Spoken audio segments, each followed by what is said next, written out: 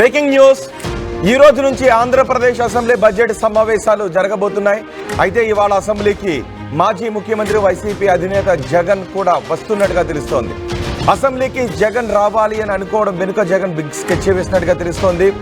Suspension వేటు నుంచి, అనర్హత వేటు నుంచి తప్పించుకునే మార్గం కోసమే జగన్ ఈరోజు ఆంధ్రప్రదేశ్ బడ్జెట్ సమావేశాలకు హాజరు కాబోతున్నట్టుగా తెలుస్తోంది.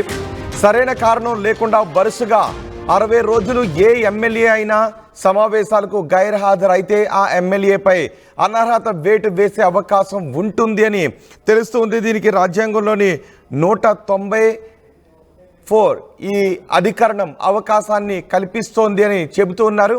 రఘురామకృష్ణరాజు ఇదే విషయం గురించి మాట్లాడారు. సరైన కారణం లేకుండా, సభాపతి అనుమతి లేకుండా ఎవరైనా ఎమ్మెల్యే వరుసగా 60 రోజులు అసెంబ్లీకి రాకపోతే ఆ ఎమ్మెల్యేపై అనర్హత వేటు వేసే అవకాశం ఉంటుందని చెబుతున్నారు ట్రిపుల్. ఇవాళ గవర్నర్ ప్రసంగానికి వచ్చి మళ్ళీ 60 రోజులు అసెంబ్లీకి జగన్ దూరంగా ఉండే అవకాశం ఉన్నట్టుగా తెలుస్తోంది. అందుకే అసెంబ్లీలో ఇది కౌరవ సభ అంటూ వెళ్ళిపోయారు. ఈ సమావేశాలకు రాను అంటూ జగన్ వెళ్ళిపోయారు. ఇప్పుడు జగన్ ఈరోజు సమావేశాలకు రావాలి అని అనుకుంటున్నట్టుగా తెలుస్తోంది.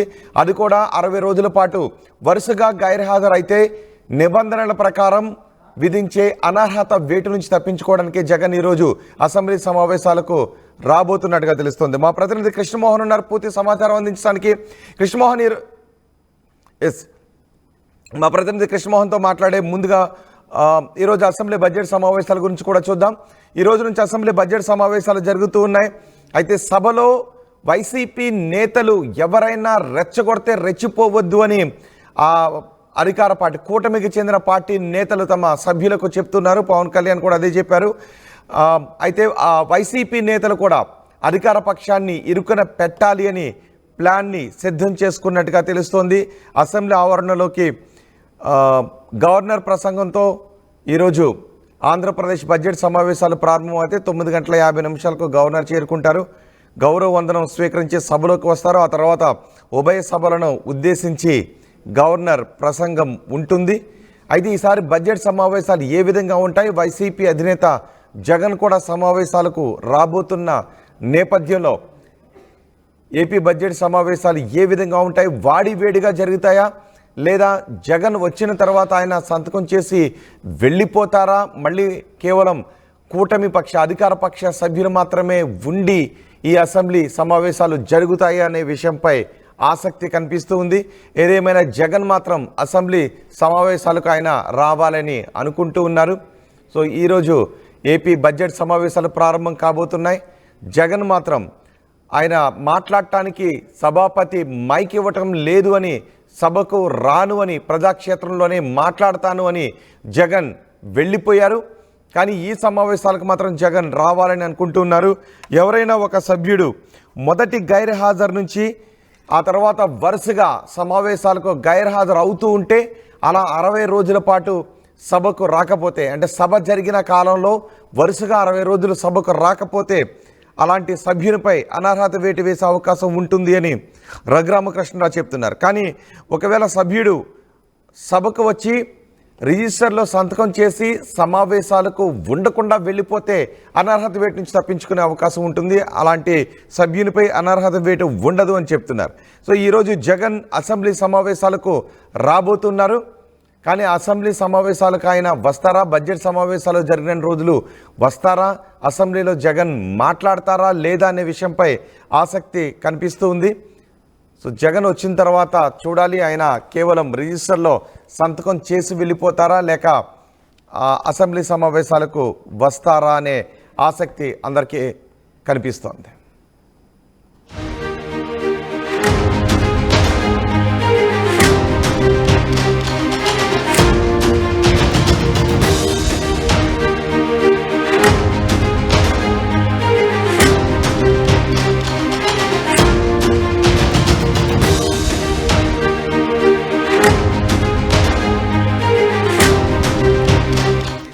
రెడీ ఏపీ బడ్జెట్ సమావేశాల గురించి మరింత సమాచారం మా ప్రతినిధి కృష్ణమోహన్ అందిస్తారు. కృష్ణమోహన్, ఈసారి బడ్జెట్ సమావేశాలు ఎలా జరగబోతున్నాయి? ప్రతిపక్ష నాయకులు కూడా సభలో ఉండబోతున్నారు, వైసీపీ నాయకులు ఉండబోతున్నారా? రోహిత్, మొత్తం మీద అయితే ఈ రోజు జరగబోయే అసెంబ్లీ సమావేశాలకి ప్రతిపక్ష నేత జగన్మోహన్ రెడ్డితో పాటు ఎమ్మెల్యేలు, ఆయన పార్టీ ఎమ్మెల్యేలు, ఎమ్మెల్సీలు అందరూ కూడా హాజరవుతున్న పరిస్థితి. అయితే 9:45కి ముఖ్యమంత్రి అసెంబ్లీకి చేరుకున్న తర్వాత గవర్నర్ కూడా 10 గంటలకి గవర్నర్ ప్రసంగం ప్రారంభమవుతుంది. సో గవర్నర్ ప్రసంగం తర్వాత జరగబోయే కార్యక్రమాల్లో జగన్మోహన్ రెడ్డి ఫాలో అవుతారా లేదా అనేది ఇప్పుడు చర్చ. ఎందుకంటే ఆయన కేవలం గవర్నర్ ప్రసంగం కోసం అసెంబ్లీకి వస్తున్నారా, లేదు కంటిన్యూగా జరిగే అసెంబ్లీ సమావేశానికి హాజరవుతారా అనేది కొన్ని ప్రశ్నలుగానే మీలోనే ఇంకా కొంత. అంటే నిజానికి ప్రతిపక్ష హోదా ఇవ్వడం లేదు కాబట్టి నాకు మైక్ ఇవ్వడం లేదు, మా సభ్యులకు ప్రధాన ప్రతిపక్ష హోదా ఇవ్వడం లేదు అంటూ ఆయన అసెంబ్లీ నుంచి వెళ్ళిపోయారు. అయితే 60 రోజుల పాటు సమావేశాలకు గైర్ హాజరవుతే అనర్హత వేటుపడే అవకాశం ఉంటుందనే చర్చ జరుగుతుంది. వాస్తవమేనాది? ఈ చర్చకి సంబంధించి దానికి గైడ్ లైన్స్ అయితే పూర్తిగా లేవు అనేది వైసీపీ చాలా క్లియర్ గా చెప్తుంది. అయితే ఈ రోజు హాజరు కావడం వెనకాల జగన్ కొంత వ్యూహం ఉంది అనేది, అంటే బహుశా అవసరమైతే నేను అసెంబ్లీ సమావేశాలకు కూడా అవసరం ఉంది అనుకున్నప్పుడు ప్రజల కోసం అయితే ఖచ్చితంగా హాజరు అవుతాను అనే ఒక సిగ్నల్ ఇవ్వడానికి ఆయన ప్రయత్నిస్తున్నారు అనేది క్లియర్ గా అనిపిస్తుంది. ఎందుకంటే ఈ రోజు సభ కూడా త్వరగా వాయిదా పడుతుంది. గవర్నర్ ప్రసంగం తర్వాత వెంటనే సభ వాయిదా పడుతుంది. తర్వాత బీఏసీ మీటింగ్ ఉంటుంది. ఈ బీఏసీ మీటింగ్ కి కూడా వైసీపీ నేతలు హాజరవుతారా లేదా అనేది కూడా చూడాలి. ఫర్దర్ గా అంటే ఇంకా ఈ రోజు ప్రసంగం తర్వాత, గవర్నర్ ప్రసంగం తర్వాత జరగబోయే ఫార్మాలిటీస్ ఏమైతే ఉంటాయో, అంటే బీఏసీ మీటింగ్ కావచ్చు, తర్వాత ఫర్దర్ గా జరిగే ఎన్ని రోజులు నిర్వహించాలి సభను, తర్వాత బడ్జెట్ ఎప్పుడు, ఇవన్నీ అంశాలకు సంబంధించి పూర్తిగా కూడా ఒక నివేదికను ఈ రోజు 11 గంటలకి సమావేశంలో క్లియర్ చేసుకుంటారు. సో అటువంటి పరిస్థితుల్లో ఫర్దర్ గా వైసీపీ ప్లాన్ ఏంటి, వైసీపీ హాజరవుతుందా, వైసీపీ ఎమ్మెల్యేలు హాజరయ్యే పరిస్థితి ఉంటుందా, లేదు ఎమ్మెల్సీలు గతంలో లాగానే కేవలం శాసన మండలిలోనే ఎమ్మెల్సీలు, వైసీపీ ఎమ్మెల్సీలు బొత్స సత్యనారాయణ అధ్యక్షున హాజరయ్యి అక్కడ తమ నిరసనను తెలుపుతారా ఏంటి అనేది 10 గంటల 11 గంటల తర్వాత కానీ ఒక ప్లాన్ ఆఫ్ యాక్షన్ తెలిసే పరిస్థితి అయితే ఉంది. ప్రస్తుతానికైతే జగన్మోహన్ రెడ్డి 9:45కి కల్లా అసెంబ్లీకి చేరుకోబోతున్నారు సమాచారం పక్కగా ఉంది. రైట్. ఎవరి వ్యూహాలు ఏ విధంగా ఉన్నాయి? ఇప్పటికే అధిక కూటమి పక్ష నాయకులు కూడా చెప్తున్నారు, ఒకవేళ వైసీపీ నాయకులు వస్తున్నారు కాబట్టి ఏదైనా రెచ్చగొట్టే విధంగా మాట్లాడితే ఎవరు కూడా రెచ్చిపోవద్దు అనే విషయాన్ని చెప్తూ ఉన్నారు. సో ఎవరి వ్యూహాలు ఏ విధంగా ఉన్నాయి ఈ సమావేశాలు? బేసిక్ గా అసెంబ్లీలో అదే ఎవరి వ్యూహం వాళ్ళకు ఉంటుంది. ఎవరి ముందుగా క్వశ్చన్ అవర్స్ కావచ్చు, లేకపోతే బిల్స్ కి సంబంధించిన కావచ్చు, లేకపోతే చర్చ ఏ అంశాల మీద చర్చ చేయాలి, వీటన్నిటి మీద కూడా కొంత వ్యూహం అయితే అధికార పార్టీకి ఉండే అవకాశం అయితే ఉంటుంది. అట్ ద సేమ్ టైం వాళ్ళ కార్యాచరణ, అధికార పార్టీ నిర్వహిస్తున్న చర్చలు కావచ్చు, లేకపోతే క్వశ్చన్స్ కావచ్చు, లేకపోతే at the same time YCP ఎమ్మెల్యేలకు కూడా క్వశ్చన్ అవర్స్ లో వాళ్ళకి ఛాన్స్ ఎక్కువగా వచ్చే అవకాశం ఉంటుంది, ఎమ్మెల్సీలకు కూడా ఎమ్మెల్యేలకు. కానీ వాళ్ళు అటువంటి ప్రిపరేషన్ ఏ విధంగా చేస్తున్నారు, అసలు ఈ ప్రిపరేషన్ కి సంబంధించి ఎలా నడపాలి అనే ప్రిపరేషన్ కి సంబంధించి ఇప్పటికే వాళ్ళకు ఒక సొంత వ్యూహాన్ని అయితే ఒకటి రెడీ చేసుకొని ఉంటారు. ఆ వ్యూహం ప్రకారం అయితే నడుస్తుంది.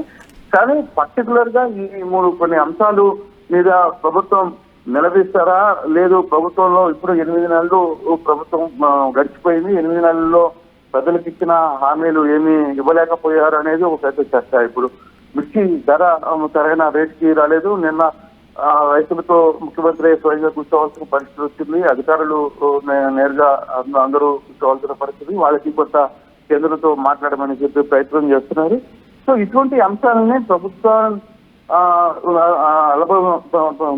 నడుపుతున్న వ్యవహారం పట్ల అట్ ద సేమ్ టైం వీళ్ళు ఏ విధంగా ముందుకు వెళ్తారు, వీళ్ళ ప్లాన్ ఆఫ్ యాక్షన్ ఏంటి అనేది కొంత చూడాల్సిన పరిస్థితి అయితే ఉంది. అసలు ముందు జగన్ తో పాటు ఎమ్మెల్యేలు అసెంబ్లీకి హాజరవుతారా లేదా అనేది చూడాలి. ఒకవేళ ఓన్లీ గవర్నర్ అటెండ్ అయిన తర్వాత హాజరు కాకపోతే పూర్తిగా కూడా వన్ సైడ్ అయిపోతుంది. అసెంబ్లీ మొత్తం కూడా అక్కడ జరుగుతున్న ప్రభుత్వం చెప్పే వినాల్సి చెప్తే అక్కడ కౌంటర్ చేసే పరిస్థితి ఉండదు. ఇక కేవలం శాసన మండలిలోనే కొంత బలగం ఉంది కాబట్టి వైసీపీకి అక్కడ తమ నిరసనలో, లేకపోతే అక్కడ తమ వాదన వినిపించే ప్రయత్నం చేస్తారు చెప్తే ఇక అసెంబ్లీ వ్యవహారంలో పెద్దగా ఏమీ ఉండదు. అయితే జగన్మోహన్ రెడ్డి ఈ రోజుతో పాటు ఇక వరుసగా రేపు జరగబోయే అసెంబ్లీకి కావచ్చు, ఆ తర్వాత జరిగే బడ్జెట్ సమావేశాలకు కావచ్చు, వాటిలో పాల్గొంటే ఆ చర్చ డిఫరెంట్ గా ఉంటుంది. కానీ అసలు ఆ వ్యూహం ఏంటి అనేది మాత్రం ఒక గంట తర్వాత మాత్రం పూర్తిగా అవగాహన. బిఎస్సి సమావేశాన్ని గురించి మీ దగ్గర ఉన్న సమాచారం ఏంటి? బిఎస్సి సమావేశంలో క్లియర్ గా ఒకటైతే క్లారిటీ ఉంది.